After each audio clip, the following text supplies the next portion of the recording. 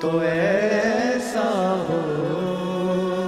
तेरे टुकड़ों पे पलते हैं, तेरे टुकड़ों पे पलते हैं, गुजारा हो तो ऐसा हो।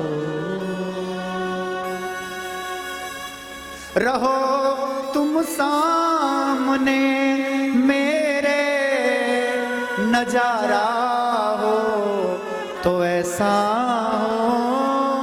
रहो तुम सामने मेरे, नजारा हो तो ऐसा हो। तेरे टुकड़ों पे पलते हैं, तेरे टुकड़ों पे पलते हैं, गुजारा हो तो ऐसा हो।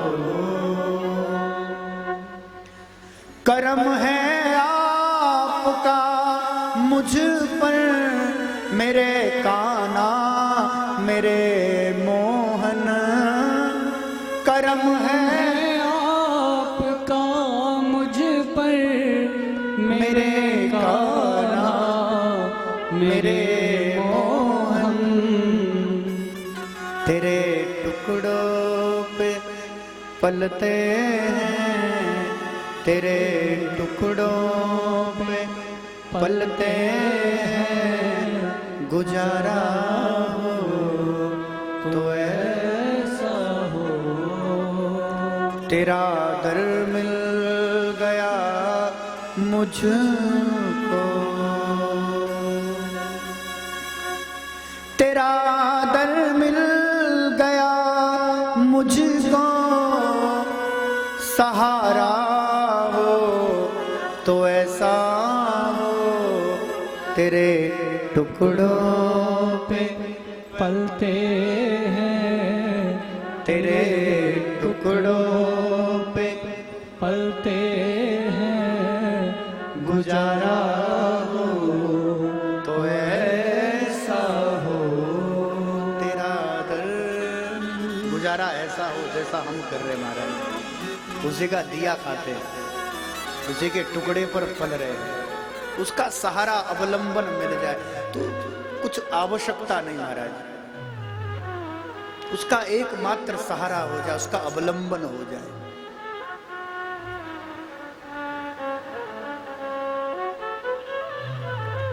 तो चलिए, कथाएं बहुत है तो थोड़ा आगे बढ़ लें और आप थोड़ा ध्यान से सुने। हाथ में मोबाइल हो तो बंद कर दे, मन इधर उधर हो तो मन एक जगह रख ले। अब तक तो केवल कथाएं प्रसंग सुन रहे थे आप लोग, अब आगे चलकर जो एक कथा यहाँ पर आई है तो भागवत में सबसे गंभीर विषय है।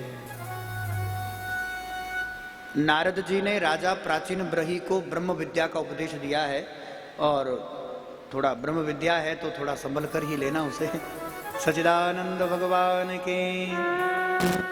ध्रुव के वंश में उत्कल हुए, उत्कल के अंग हुए, अंग से बेन हुआ, अत्याचारी था। ऋषियों ने श्राप दिया तो बेन की मृत्यु हो गई, अराजकता फैलने लग गई। राजा ना हो तो जगत समाज में अराजकता फैलती है तो फिर व्यवस्था बनती नहीं, बिगड़ती है। इसलिए कोई ना कोई राजा चाहिए। महात्माओं ने निर्णय किया कि राजा कौन बने, हम तो राजपाट करेंगे नहीं, हम तो घर परिवार छोड़कर महात्मा बने भजन करने के लिए। तो ऐसा करते हैं कि राजा बेन का ही मंथन करते हैं, शरीर का मंथन किया, और बेन के शरीर मंथन से भगवान पृथु प्रकट हुए।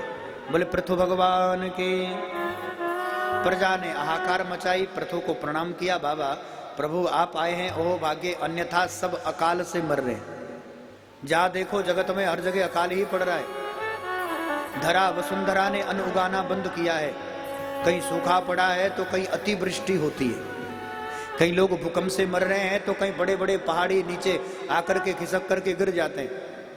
ऐसी प्रकृति की आपदाएं आ रही है। अब आप राजा हो तो आप हमारी प्रजा की रक्षा करो।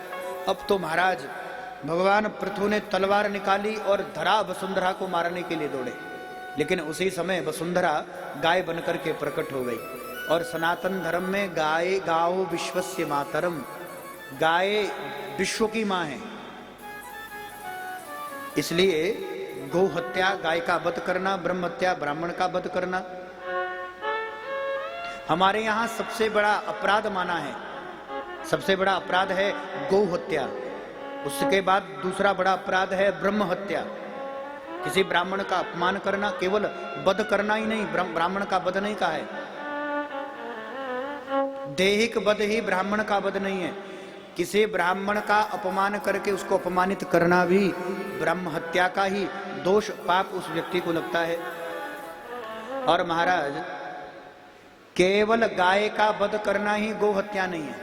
ऐसा मत सोचना कि किसी ने गाय मार डाली तो उसी को गौ हत्या का पाप लगता है। नहीं नहीं नहीं नहीं, केवल गाय को मारना गौ वध नहीं है, गौ अपराध नहीं है, गौ हत्या नहीं है। अन्यथा तो जब तक गाय दूध दे रही है उसकी छाती निचोड़कर दूध पी लेना और दूध देना बंद कर मरने के लिए सड़क पर छोड़ना, इसको भी गौ वध ही कहा है। ये अपराध भी गौ हत्या का अपराध ही है। केवल गाय को मारना हत्या नहीं है, अपराध नहीं है, अपितु तो गाय को सड़क पर छोड़ना ताकि वो प्लास्टिक खाएं, डायपर, जो कुछ पड़ा रहता है सब कुछ तो गाय खा लेती है, कांच और ना जाने उसमें क्या क्या रहता है महाराज, और फिर वो पेट में वो पचता तो है नहीं, तो वो गाय तड़प तड़प कर मरती है तपती गर्मी में। और इतना महाराज वो सड़क तपी रहती है, और उस तपती गर्मी में जब गाय सड़क पर व्याकुल रहती है, परेशान रहती है, तो जिस व्यक्ति ने गाय को मरने के लिए सड़क पर छोड़ा है दूध निकालने के बाद, उसको भी गौ हत्या का ही अपराध लगता है। बोले सच्चिदानंद भगवान की। हमारे सनातन धर्म में गौ अपराध करना, गौ हत्या करना, गौ वध करना महाअपराध है। गाय को मारते नहीं है। तो गाय बनी वसुंधरा कहती है, प्रभु जब जब अधर्म बढ़ता है तब तब प्रकृति आपदाएं करती है, जब जब अधर्म बढ़ता है तब तब मैं अपना क्षेत्रफल कम कर देती हूँ। अब आप धर्मात्मा हो, आप प्रकट हुए हो, तो प्रभु मैं गाय बनी वसुंधरा हूँ, सब कुछ मुझसे ही प्रकट होता है। आदमी तो खाली हाथ आता है, खाली हाथ जाता है। जो कुछ मिलता है हमें इसी धरा वसुंधरा से प्राप्त होता है। अन्न हो, औषधि हो, धन हो, जितने भी रत्न हैं, सोना है, हीरा है, लोहा है, तेल, खनिज है, सब कुछ हमें वसुंधरा से प्राप्त होता है, इस धरा धरती से प्राप्त होता है। तो गाय बनी वसुंधरा कहती है, प्रभु आप साक्षात धर्मात्मा हो, नारायण हो, मैं गाय बनी वसुंधरा, सब कुछ अन्न भी मुझ में छुपा है, औषधि से लेकर हर वस्तु मुझ में छुपी है। मैं गाय बनी वसुंधरा प्रकट हुई हूं, मेरा दोहन करो। तब गाय बनी वसुंधरा का भगवान पृथु ने दोहन किया। तब से वसुंधरा को पृथ्वी के नाम से जानने लग गए। बोले सच्चिदानंद भगवान की। तब से वसुंधरा को सब लोग पृथ्वी कहने लगे, भगवान पृथु के दोहन के। तो इन्होंने बहुत सारे यज्ञ आदि किए हैं। और इसी वंश में 10 प्रचिता गणों का वर्णन है, प्राचीन ब्रही आदि की कथा है। अब प्राचीन ब्रही का चरित्र काफी गंभीर है, तो सभी ध्यान से सुने। कमर थोड़ी सीधी कर लो, नींद आ रही हो तो कोई या तो बेड पर चले जाओ, नहीं तो आराम से कोई सहारा लेकर के सो जाओ। हा? नहीं, सोने वाले से हमें कोई तकलीफ नहीं है। हमारी कथा में कोई सोए हम तो कह जय जय, ओहो भाग्य हमारे, कम से कम कोई हमारी कथा में सो तो रहा है। अरे भाई, दुनिया वाले तो नींद उड़ाने में लगे, तो कम से कम हम किसी को सुलाने में तो सफल हुए हैं। संसार वाले तो सोने नहीं देते, सब तो नींद उड़ाने में लगे। तो हम तो अपने को सौभाग्यशाली मानते, कोई कथा में सोता है। ओह, कम से कम हमारा इतना तो सौभाग्य है कि हमारी कथा सुनकर कोई सो तो रहा है। दुनिया तो खूब पीछे पड़ी है सबके। कमर सीधी कर लो, हम पूछेंगे जरूर। राजा प्राचीन ब्रही यज्ञ के नाम पर पशु बलि करते थे। फलाने यज्ञ में फलाने पशु का वध बलि। एक दिन की बात है, नारद जी वहां से गुजरे तो यज्ञ तो कर रहे लेकिन पशु बलि भी कर रहे। देवता के नाम पे लोग पशु बलि देते हैं। तो नारद जी ने समझाया, राजन पशु हत्या करना ये महाअपराध है, तुम पशु बलि क्यों कर रहे हो? कहते महाराज वेद में कहा है पशु नालभ्येत। अरे उसका अर्थ होता है स्पर्श करो, पशु का स्पर्श करो, ना कि उसका वध करो। और तुमने जो अपराध किया है तुम्हें ज्ञान भी नहीं है। चलो बाहर मैदान में ले गए, ऊपर देखा आसमान में हजारों घोड़े बकरे सब महाराज घुर घुर के प्राचीन ब्रही को देख रहे हैं। तो राजा प्राचीन ब्रही कहते हैं नारद जी ये सब कौन है? कहते हैं जिन पशुओं को तूने यज्ञ के नाम पर बलि दी है ये सारे पशु तुम्हें घूर घूर के देख रहे, ये सोचते हैं कब राजा मरे, कब ये घोड़ा बकरा बने, कब हम इसकी बलि चढ़ाए। तो क्या हमें पशु योनि में जाना पड़ेगा? नारद जी कहते हैं तुम्हारे जो कर्म हैं वो तुम्हें पशु योनि में, अब भाई जैसा करोगे वैसा ही तो भरोगे। तो महाराज कोई उपाय हो, कोई मार्ग हो बचने का? नारद जी कहते हैं उसके लिए एक ही है, उसके लिए शास्त्र ने ब्रह्म विद्या का उपदेश किया है। तुम तत्वता उस एक ब्रह्म ईश्वर का ध्यान करो, तुम उस एक निराकार निर्गुण ईश्वर ब्रह्म का ध्यान चिंतन करो। क्योंकि राजन तुम्हारा संबंध, ऐसे तो आत्मस्वरूप में तुम उस परमात्मा का ही स्वरूप हो, तुम्हारा संबंध उस परमात्मा से ही है, उस ब्रह्म निर्गुण निराकार उस ईश्वर से ही है।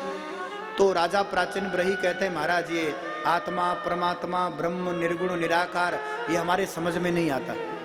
कोई सीधी सीधी कोई कथा हो तो बताओ, तो कथा तो हमें बड़ी समझ में आ भी जाएगी। कोई चटकुला तो और सुनाओ तो और जल्दी हम समझ ले।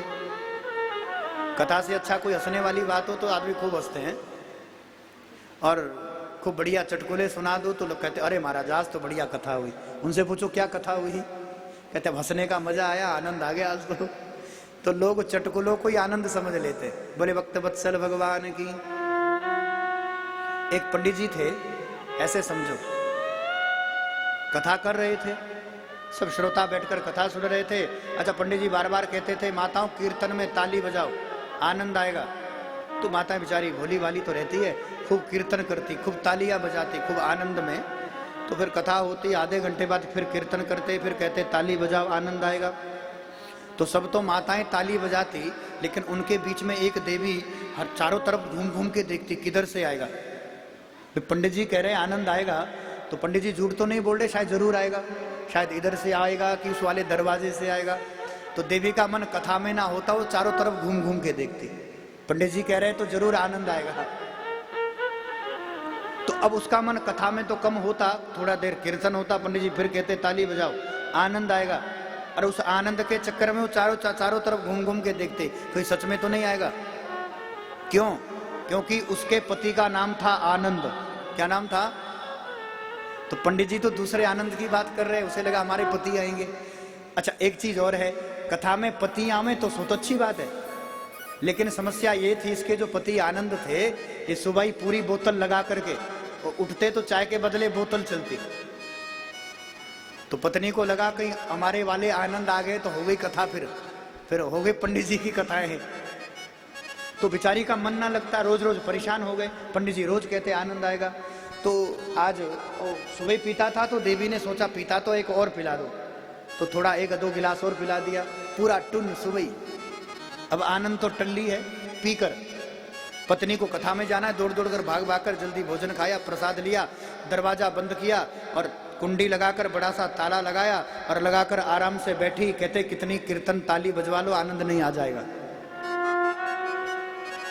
आज आज आज वो निश्चित होकर बैठी है, आज सोचती है आज तो कितना ही पंडित जी कह लो आज तो नहीं आएगा, कन्फर्म। अब पंडित जी का तो आदत थी, पंडित जी कहते ताली बजाओ कीर्तन करो आनंद आएगा, कीर्तन करो आनंद आएगा। तो माताएं दोनों हाथ उठा उठा करके ताली बजाती। अच्छा वो देवी बैठी हो एक हाथ करके कहती है ताली बजाओ आनंद आएगा, वो एक हाथ उठाकर कहती है। पंडित जी कहते एक हाथ से नहीं दो हाथ से बजती है। तो उसने दोनों हाथ खड़े किए और दोनों हाथ करके कहती है। पंडित जी कहते हैं ताली बजाओ आनंद आएगा, और देवी कहती है। अच्छा पंडित जी ने कहा भाई कीर्तन बंद करो, कीर्तन बंद हुआ। देवी को खड़ा किया। अच्छा देवी ताली हम कह रहे ताली बजाओ आनंद आएगा और तुम कह रही हो ये क्या है? कह रहे महाराज पंडित जी हम कह रहे हैं कि नहीं आएगा। हाँ कितनी तालियां पिटवा लो, कितना ही कीर्तन कर लो, पर आज आनंद तो बिल्कुल नहीं आएगा। तो पंडित जी कहते हैं क्यों नहीं आएगा भाई? कीर्तन करोगे ताली बजाओगे कीर्तन में तो आनंद ही तो आएगा, और तुम कह रही हो नहीं आएगा। कहते हैं पंडित जी कितना ही मर्जी कीर्तन ताली कितनी पिटवा लो आज क्यों नहीं आएगा? कहते हैं दरवाजा बंद है, बड़ा सा ताला लगा कर आई हूं, इतना बड़ा ताला है कि कितनी कोशिश, पहले तो उतरेगी नहीं पी हुई, और फिर कोई ताले में बंद है तो फिर आनंद आएगा नहीं। तो भाई कहीं तुम्हारा आनंद भी घर में ताले में तो नहीं, ताले में अपने वाले आनंद को बंद करके तो नहीं आए हो। तो ऐसे कोई दो चार चटकुले सुनाओ तो लोग कहते बड़ी अच्छी कथा हुई। अब कथा क्या हुई इससे कोई मतलब नहीं है, लेकिन खूब 2 घंटा हंसे आकर के कहते खूब आनंद आया। सच्चिदानंद भगवान की। असली आनंद अभी आएगा, कथा ध्यान से सुनना, पूछूंगा जरूर, और खबर नहीं हम किससे पूछ लें, है ना। अब ज्यादा लोग नहीं है, समस्या भी नहीं रहेगी। सच्चिदानंद भगवान की। राजा प्राचीन ब्रही कहते हैं महाराज कोई कथा सुना दो। तो नारद जी